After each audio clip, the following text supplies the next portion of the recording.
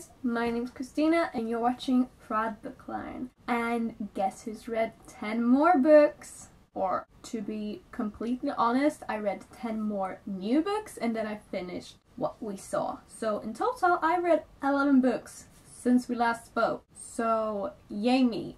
But let's talk about the books that I read since last time we spoke. So first off, I finished What We Saw by Aaron Hartzler, which was the booksplosion book of May. I really liked this book. It was a really realistic book. It made you think and I really enjoyed it. I gave it 5 of 5 stars and I think it's a book that everybody should read. Even if the topics being discussed aren't the funniest or the easiest ones to read, I think everybody should try to read it at least. After What We Saw, I actually read The Giver for school, for my English class, and I gave it 4 of 5 stars and I really enjoyed it. I thought it was a very cool dystopian book and I loved some elements of it, like how the new society had altered like differences, etc. And yeah, I thought it was really cool, but I would probably have enjoyed it if I read it earlier. Like, I'm 17 right now and I think I would have definitely like loved it if I read it when I was like 12 or 13.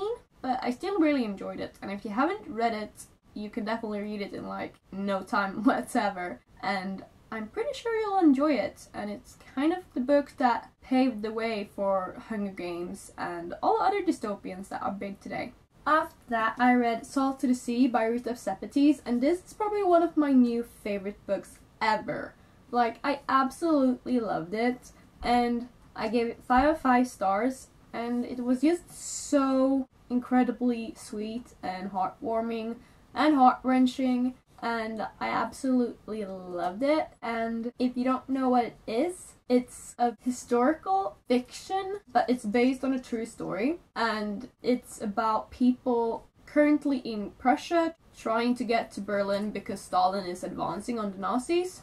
And we get to follow 4 different point of views, and it's amazing, and I think you guys should all read it. After that, I read a classic, pretty much, or at least I want to call it a classic. I read The Perks of Being a Wallflower by Stephen Chbosky. I gave it 4 of 5 stars. I really enjoyed it. I think I would have enjoyed it better if I read it like a couple of years ago, but I still related a lot. And if you don't know, it's a boy named Charlie, and he doesn't have a lot of friends, and he's starting high school, and he's just really anxious about starting school, and we get to follow him through the school year. After that, I read The Bane Chronicles by Cassandra Clare, Sarah Reese Brennan, and Maureen Johnson. I gave it 4 of 5 stars. I really enjoyed it. I haven't read a Shadowhunters book in so long, so it was really nice diving back into the world. And Magnus is one of my favorite characters, and I really like history, so I really like having the history interwoven with his stories. And I like that it was a Swede mentioned in this book. Every time Sweden is mentioned, I will be happy and I will mention it as well. So very good job, Cassandra Clare. And I did it as a celebration for the new Magnus Bane series, or I think it's trilogy.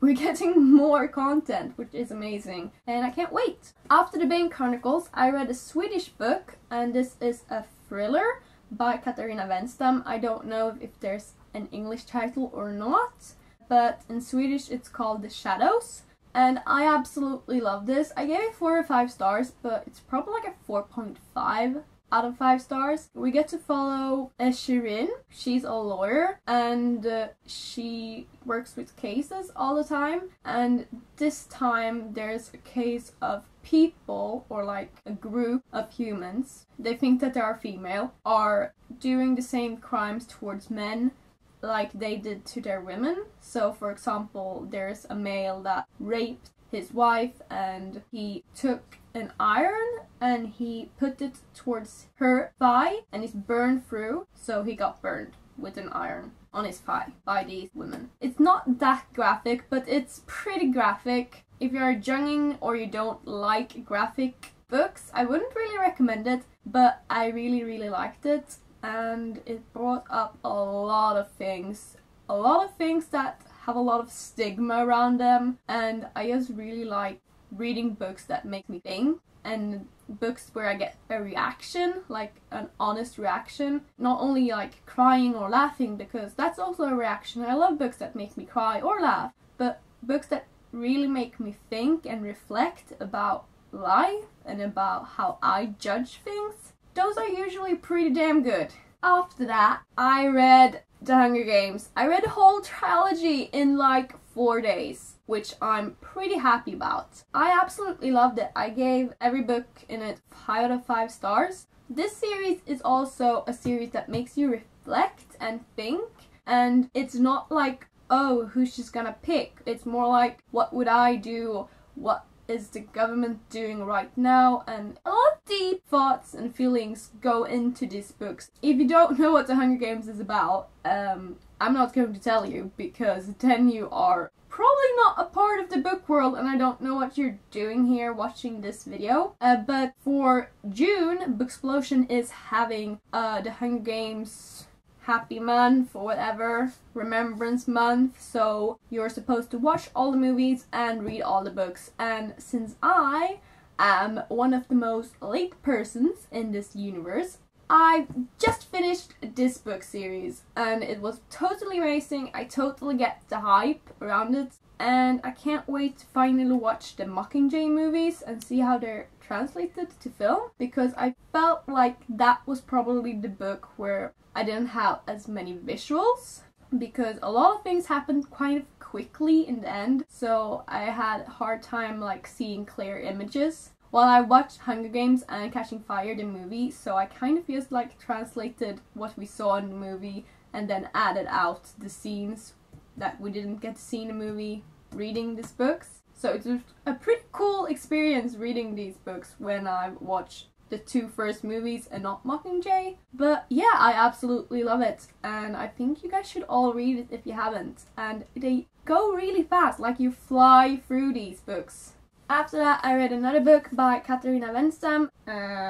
This doesn't have an English title as I know, and if I would just translate it, it's called The Girl at Dawn, pretty much. Kind of. I'm not good at translating things. But yeah, we get to follow Shirin again, and this time it's about other people, and we get to follow this police officer that we get to follow in the shadows as well. But in this book we are definitely more focused on this police woman, and she meets this girl that's having a really hard time, and they start talking and everything ends up as being a case. It's a really good book. I gave it 4 out of 5 stars. I don't think it was as good as The Shadows, because The Shadows, there you were always on your toes and like you couldn't stop reading. This one I could stop reading, but I really wanted to find out how the things would end up like. And again, Katarina Wenstam is always mentioning things like, for example, rape, or the fact that women aren't as believable in court, etc. A lot of things that are stigmatized and a lot of things that are just prejudices. Yeah, a lot of things that aren't talked about enough in this society, where we say to be equal, but we really aren't. So I really love reading these books. I'm definitely going to try to buy more of Katarina Wenstam's books. Lastly, I read Unbound by Victoria Schwab, and this is the second part to the Archived, and I really enjoyed the Archived and I really enjoyed Unbound. I gave it 4 or 5 stars. I thought it was a good book and it was a pretty good conclusion. I love Wesley.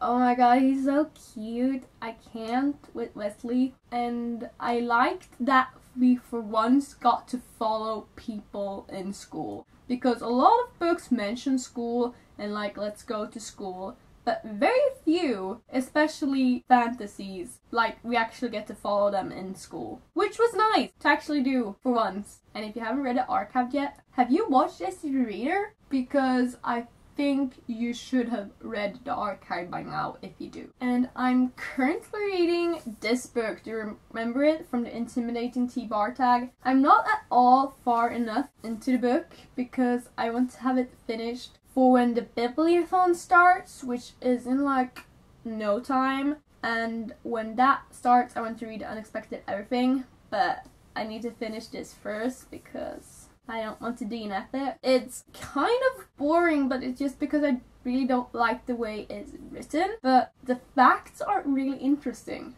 But it's definitely not my favorite book. And I'm enjoying it, but I'm not loving it. So yeah, I think that was everything. Thank you guys so much for watching. Your support means the world to me. Have a great day / night / whatever part is for you guys. Bye!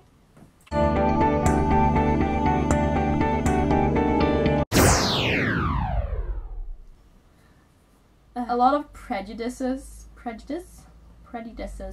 No.